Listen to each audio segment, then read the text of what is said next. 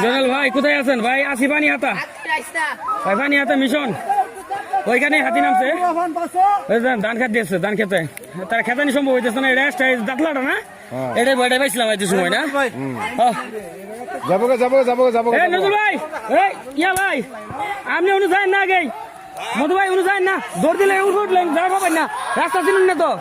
একটা হলো আডিকো আডি আডি কই আছে উত্তরে গেছে ও গেছে উত্তরে এই রে ঘাওড়াটা ইনু রইছে না অবস্থা, এই যে দেখেন এই যে